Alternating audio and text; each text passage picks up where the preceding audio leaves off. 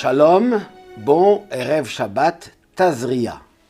Cette semaine, nous lisons la paracha Tazria, celle qui parle de la naissance, de l'enfantement, de la Mila au 8e jour, des lois de la lèpre, Metzora, c'est pas exactement ce qu'on appelle aujourd'hui la lèpre, c'est l'impureté et la pureté.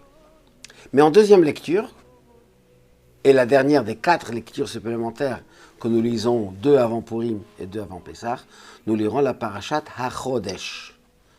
C'est le texte que Dieu dit à Moshe avant la sortie d'Égypte de se préparer à la sortie par l'agneau pascal.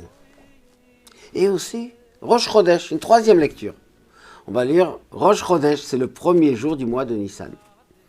Et c'est le même, d'ailleurs, le texte de HaChodesh Hazeh Lachem Rosh Chodashim, quand Dieu dit c'est le 1er mois, parlant du mois de Nissan. Et la semaine dernière, nous avons lu en 2e lecture Para, l'histoire de la vache rousse qui purifie les impurs.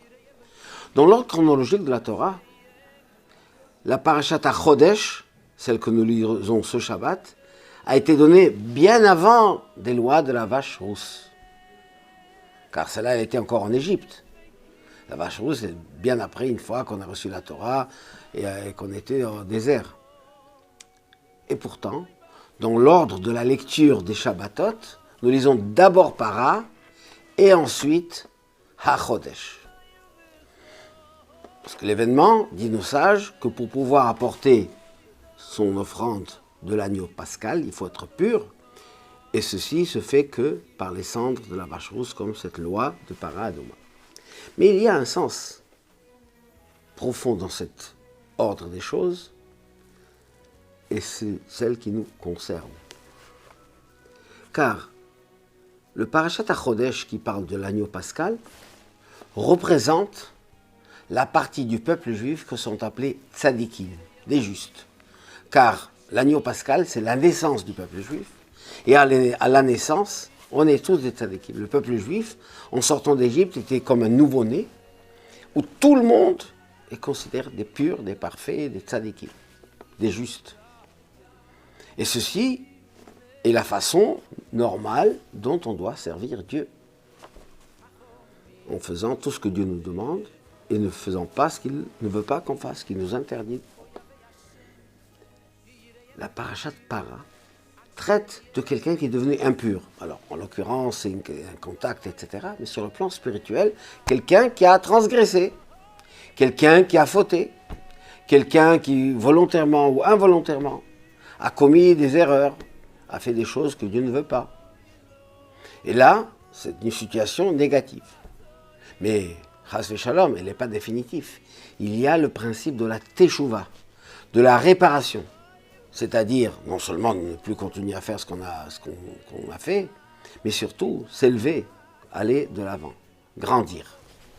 Le retour à sa source.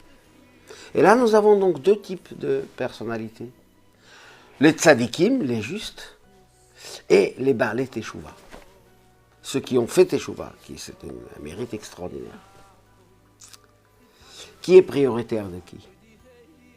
Eh bien, disent nos sages, Makom shebaalei teshuva omdim, tzadikim gmurim enam yicholim lamot.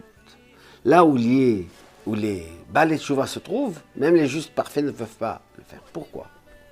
Parce que le tzadik ne peut élever que ce qui est permis, qui peut rapprocher de Dieu, des aliments cachers, etc. Celui qui, pour quelles que soient les raisons, sans juger personne, a pu commettre cette erreur, cet égarement, en revenant, en faisant la teshuva, il élève toutes les étincelles divines qui se trouvaient dans ce monde profane.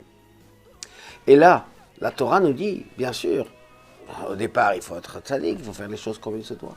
Mais si on n'a pas fait pour quelles que soient les raisons, eh bien, on a cette possibilité extraordinaire de pouvoir faire teshuva. Donc, c'est ces cendres de la vache qui purifient, qui ramènent chacun à la sainteté, qui après peut devenir tzaddik. Mais c'est la condition sine qua non de s'approcher. C'est de faire cet effort extraordinaire de teshuva, de retour vers Hachem. Et ça, disent nos sages, Israël aussi teshuva miyad henigalim. Pessah, c'est la fête de la libération. Nechorin, on dit que la sortie de notre exil sera comparable à celle de la sortie d'Égypte. Eh bien, on doit se préparer pour cela. Et en faisant cette teshuva extraordinaire, ce retour vers Hachem. On est purifié, on est élevé, et on peut ensuite apporter l'agneau pascal. Prions, agissons surtout, que cette année, Bezrat Hachem, on le fera au temple Beth Amikdash avec la venue du Mashiach.